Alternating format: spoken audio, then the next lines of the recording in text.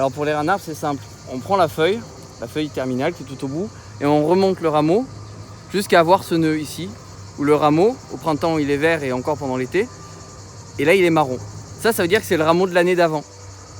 Du coup, ça, c'est ce qui a poussé cette année. Et on va continuer à remonter jusqu'ici pour l'année d'avant.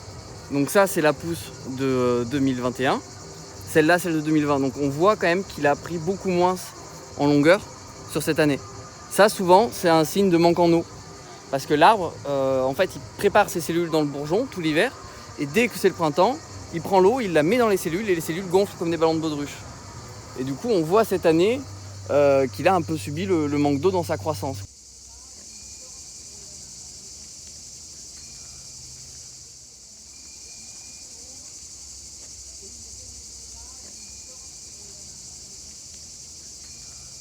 Et dans les mauvais points, c'est que de toute façon, l'arbre en ville, c'est toujours une problématique qui est très compliquée. Et c'est pas assuré que le suivi se fasse très longtemps en fait. Aussi bien un changement de municipalité, le projet va complètement capoter. Et c'est un truc qu'on ne peut pas forcément prédire.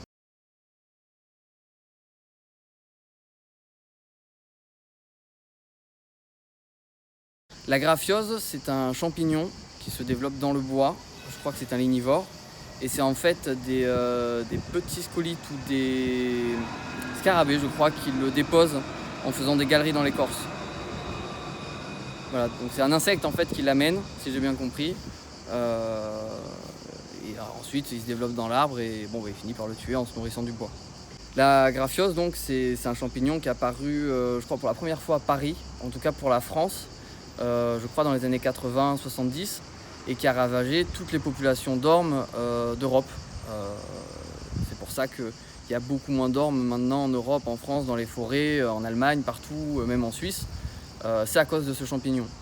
Donc ça fait des années qu'on cherche des variétés qui sont plus résistantes. Il y a des instituts qui sont spécialisés là-dessus, des conservatoires, pour rechercher ces essences et faire des croisements génétiques pour arriver à des variétés plus résistantes.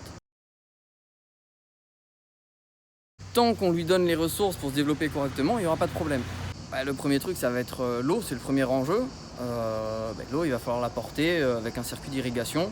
Ça, c'est un truc, les circuits d'irrigation qu'on maîtrise très bien. Normalement, il n'y a pas de problème là-dessus. Ce qui va être compliqué, c'est plutôt la volonté de la mairie à mettre de l'eau ici et à dire ok, on va consommer tant d'eau par jour. Rien que pour 8 arbres, ça va être 4 tonnes d'eau par jour pour dire qu'il faut que les arbres aient assez d'eau. Alors évidemment, ça va dépendre de la période. En hiver, un arbre, il consomme quasiment rien. En été, il consomme un peu moins parce que la plupart du temps dans la journée, les feuilles, elles arrêtent un peu de travailler. Et il n'y a que le houppier à l'intérieur qui évapore vraiment. Mais le printemps, il a besoin d'énormément d'eau pour construire vraiment et pour rallonger son houppier. Et un peu aussi en automne pour construire son bois. Il faut savoir que l'arbre a 2 phases de croissance, l'allongement au printemps et l'épaississement en automne. Ensuite, le deuxième défi au niveau de l'ingénierie, ça va être l'apport en nutriments. Là où l'arbre va chercher ses nutriments, ça va être au ras du sol. C'est la partie la plus riche du sol puisque c'est là que vivent les organismes. Donc c'est là qu'il va mettre toutes ses racines qui vont lui permettre de capter ces nutriments.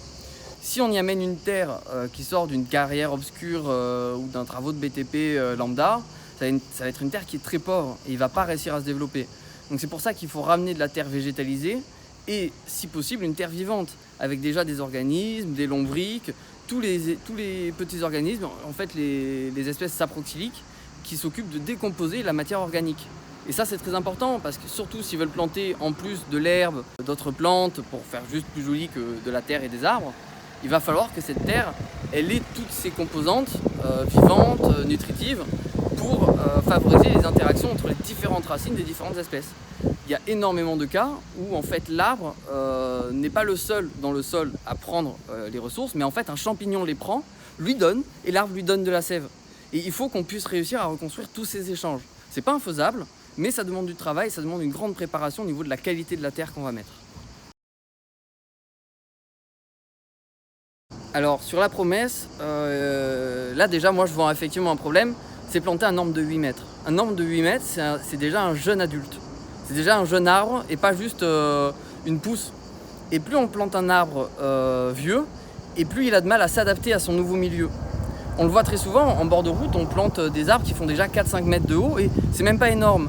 Mais l'arbre, il a passé 10 à 15 ans dans une pépinière, on l'a arrosé, mais toute la journée, toute l'année, on l'a arrosé. Parce que c'est pas un problème, il y a une rivière à côté. Et on les met là, dans leur petit pot de terre au bord de la route, et ils ont quasiment plus d'eau parce qu'on leur a mis un tout petit tuyau. Et du coup, ils meurent.